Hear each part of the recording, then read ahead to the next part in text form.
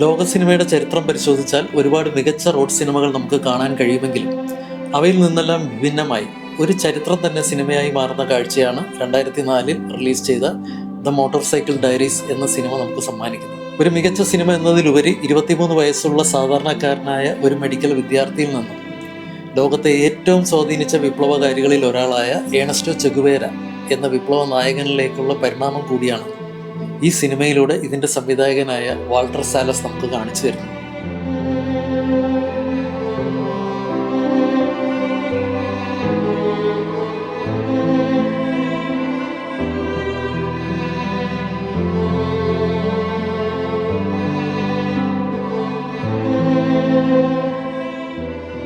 ആയിരത്തി 1952 കഥ നടക്കുന്നത്.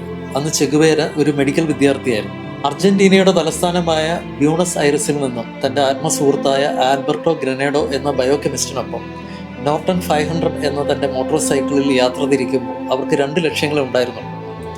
ആ യാത്രയിൽ ജീവിതം പരമാവധി ആസ്വദിക്കുക, പിന്നെ കേട്ടറിവ് മാത്രമുള്ള ലാറ്റിൻ അമേരിക്കൻ നാടുകളെ അടുത്തറിയുക.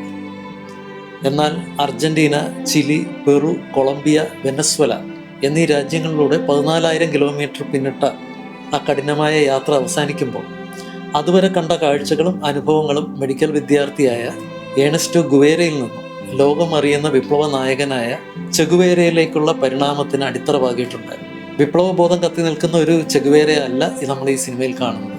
യൗവനകാലത്ത് അദ്ദേഹം നടത്തിയ ഒരു ദീർഘമായ യാത്രയിൽ അതിൽ നേടിയ അറിവുകളും അനുഭവങ്ങളും കണ്ട കാഴ്ചകളും ഇവയിൽ നിന്നെല്ലാം ഉടലെടുത്ത ചിന്തകളും ഒരു വ്യക്തിയിൽ വരുത്തുന്ന മാറ്റങ്ങളും അതിനെ തുടർന്നുണ്ടാകുന്ന രാഷ്ട്രീയ പരിവർത്തനവുമാണ് ഈ സിനിമയുടെ ഉള്ളടക്കം. ഈ സിനിമയിൽ ചെഗുവേര കണ്ടതും അനുഭവിച്ചതും ലാറ്റിൻ അമേരിക്കയുടെ വൈവിധ്യം മാത്രമല്ല, അതിൻ്റെ ദൈന്യത കൂടിയായിരുന്നു. വിദേശ കമ്പനികളുടെ ചൂഷണത്തിനും അടിച്ചമർത്തലിനും ഇരയായി ജീവിക്കുന്ന ഖനിത്തൊഴിലാളികളെ അദ്ദേഹം അവിടെ കണ്ടു. ചിലിയിലെ ജനങ്ങൾ അനുഭവിക്കുന്ന കൊടിയ ദാരിദ്ര്യവും അനീതിയും എത്രത്തോളമാണെന്ന് ആ നാട്ടിൽ കഴിഞ്ഞ നാളുകൾ ചെഗുവേരയെ ബോധ്യപ്പെടുത്തി.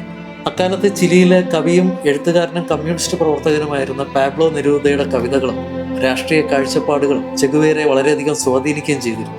പെറുവിലെത്തുമ്പോൾ അവിടുത്തെ ഏറ്റവും വലിയ കുഷ്ഠരോഗ കോളനി തലസ്ഥാനമായ ലിമയിലായിരുന്നു.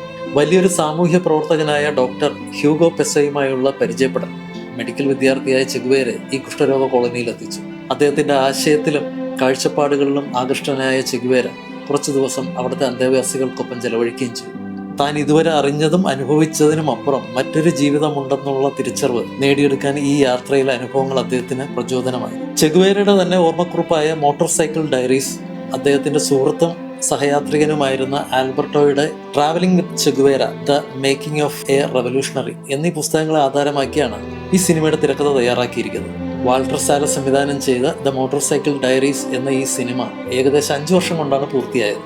ചെഗുവേര യാത്ര ചെയ്ത വഴികളിലൂടെ വീണ്ടും സഞ്ചരിച്ചും വിവിധ പഠനങ്ങൾ നടത്തിയുമാണ് ചിത്രീകരണം നടത്തിയത്. ചെഗുവേര എന്ന വിപ്ലവകാരിയെ കുറിച്ചല്ല ഈ സിനിമയിൽ സംവിധായകൻ പറയുന്നത്. പ്രായത്തിന്റെ എല്ലാ ദൗർബല്യങ്ങളുമുള്ള ജീവിതം ആഘോഷിക്കാനായി യാത്ര തിരിച്ച ഒരു സാധാരണ യുവാവ് മനുഷ്യസ്നേഹിയായ ഒരു വിപ്ലവകാരിയായി പരിണമിക്കുന്ന കാഴ്ചകളാണ് നമ്മുടെ മുന്നിൽ അവതരിപ്പിക്കുന്നത്. ഈ സിനിമയെ കേവലം ഒരു സിനിമ മാത്രമായി കാണാതെ ഒരു ചരിത്രമായി കൂടി കാണാൻ ശ്രമിച്ചാൽ മറ്റൊരു അനുഭവമായിരിക്കും ഈ ചിത്രം നമുക്ക് സമ്മാനിക്കുന്നത്. തെക്കേ അമേരിക്കൻ പ്രകൃതി ദൃശ്യങ്ങൾ, വ്യത്യസ്തരായിട്ടുള്ള ജനങ്ങൾ, അവരുടെ സംസ്കാരങ്ങൾ, സംഗീതം, ചെഗുവേരയുടെ ഈ സാഹസിക യാത്രയിൽ അവർ നേരിടേണ്ടി വന്ന വെല്ലുവിളികൾ, അപകടങ്ങൾ എല്ലാം തന്നെ വളരെ മനോഹരമായി സംവിധായകനായ വാൾട്ടർ സാലസ് ഈ സിനിമയിൽ ചിത്രീകരിച്ചിട്ടുണ്ട്. ലോകമാകെയുള്ള യുവജനങ്ങളെ ഇത്രയധികം സ്വാധീനിച്ച മറ്റൊരു വിപ്ലവകാരി ഇല്ലെന്ന് തന്നെ പറയാം.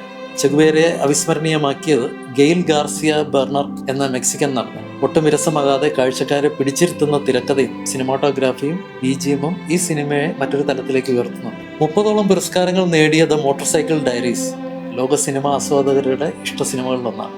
ഇതുവരെ ഈ സിനിമ കാണാത്തവർക്ക് വേണ്ടി ലിങ്ക് ഡിസ്ക്രിപ്ഷൻ ബോക്സിൽ കൊടുത്തിട്ടുണ്ട്. മറ്റൊരു നല്ല സിനിമയുമായി നമുക്ക് വീണ്ടും കാണാം.